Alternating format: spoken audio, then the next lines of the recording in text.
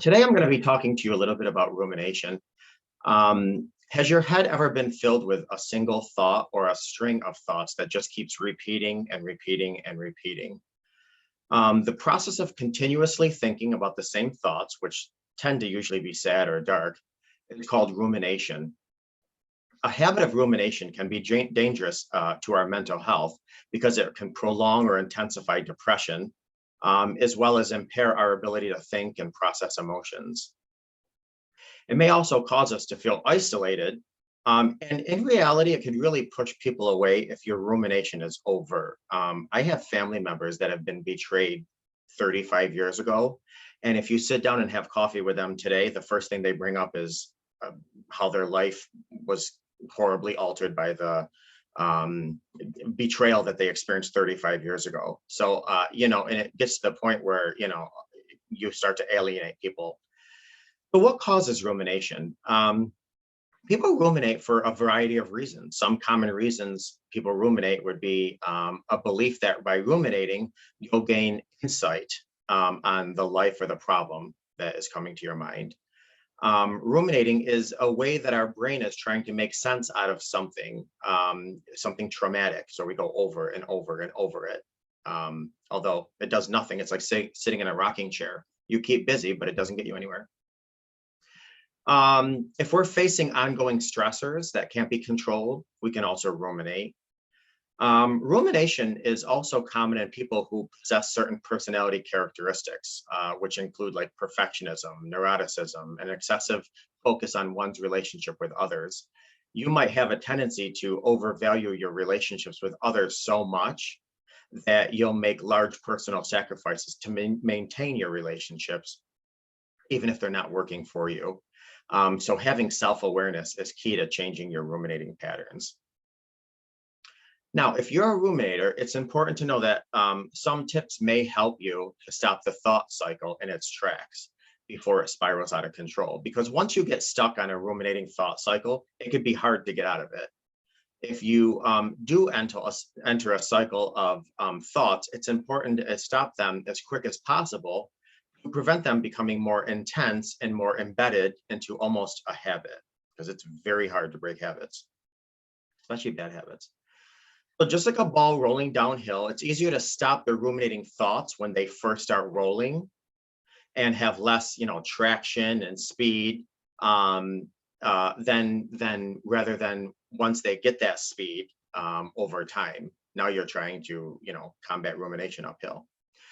So what can you do to stop these obsessive thoughts from continuously running through your mind? I'm going to give you 13 tips to try when you begin to experience the thought or set of thoughts twirling around in your head, also known as rumination. Tip 1, distract yourself. When you realize you're starting to ruminate, finding a distraction can break the thought cycle. So shut down the ruminating by involving yourself in an activity you enjoy. It could be hard to start something new when you're overwhelmed. We all know that with your thoughts. But finding a distraction doesn't have to be daunting. You can try setting aside a small chunk of time, even 5 or 10 minutes a day, and use that time to explore potential distractions or dabble in existing hobbies, whether it's gardening, whatever you do, projects you want to work on around your house. All you got to do is look around you and quickly choose something else to do other than stick on your current thoughts that are in your head. And don't give it a second thought, just go right into it. So again, distracting, whether it's calling a friend, doing chores around the house, watching a movie, drawing a picture, reading a book, walking around your neighborhood. And if you need to put on some music that's extra loud and scream your head off to get those thoughts out of your head, feel free to do so.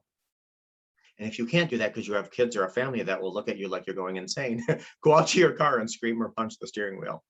Just be careful. I don't want you to hurt your hands.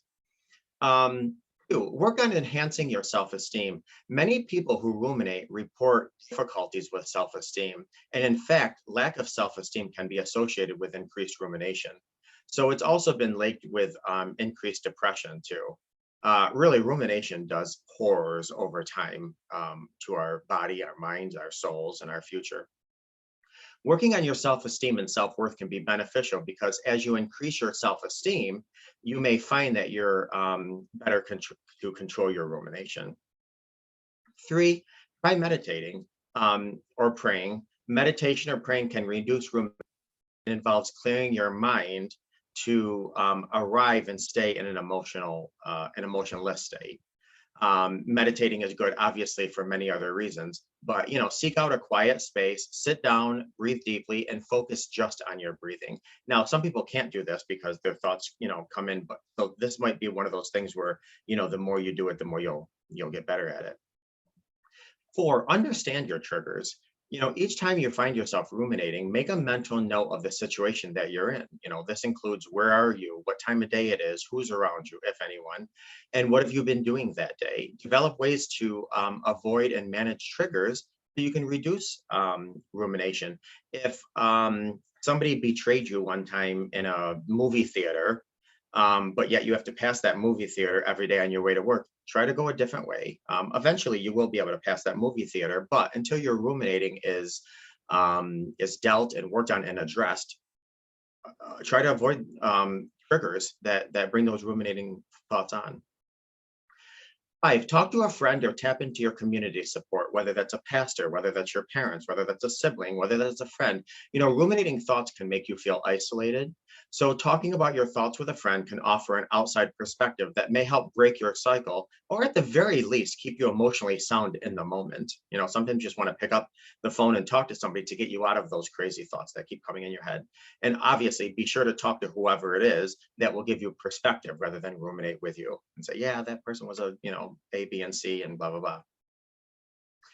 6, be proactive in trying to solve your problems. First, identify problems in your life and then start taking actions to solve them one step at a time. Maybe you have adopted the rubber band method. That's that method where if you put a rubber band around your wrist and every time a thought comes in that has the propensity to go into rumination, pull that rubber band, give yourself a little snap. If nothing else, it'll snap you back into reality. 7, look at the bigger picture. We often ruminate when we think we've made major mistakes or when something traumatic has happened to us that we may not feel responsible for. If you start ruminating on a troubling thought, try putting your repetitive thought into perspective. How will this issue floating around in your mind affect you in 5 years or in 10 years from now? What you're ruminating about is difficult enough to get a handle on. Give yourself extra work by letting it stay there. It will just turn into a habit that's going to be much harder to break. 8, do something nice for someone else. And this could definitely go in the distracting mode, but it also kind of replaces the ruminating recall. So do something nice for someone is actually one of the best things you can do for ruminating. Try to ease the load of someone else that you can help ease the other person. Think of ways that you can be of service to someone going through a difficult time. Realizing that you have the power to make somebody else's day better can keep negative thoughts from taking over. So not only will it stop the ruminating thoughts in its track, but it could also help and prevent future thoughts coming into your mind. So it also gives you something productive to focus on instead of your never-ending, stream of thoughts. I always say, whenever you have a thought come into your mind or a rumination, immediately train yourself to send somebody a positive text. Okay, you've been betrayed, and thoughts come in of, your ex or your current partner and the affair partner. Immediately train yourself to say, I'm going to send a nice text to somebody. So the thought comes in, nope, pick up your phone, text your sister, thinking about you, text your neighbor, your lawn looks nice, just wanted to let you know. That way you're training your mind that when a thought comes in, you're immediately going into something positive.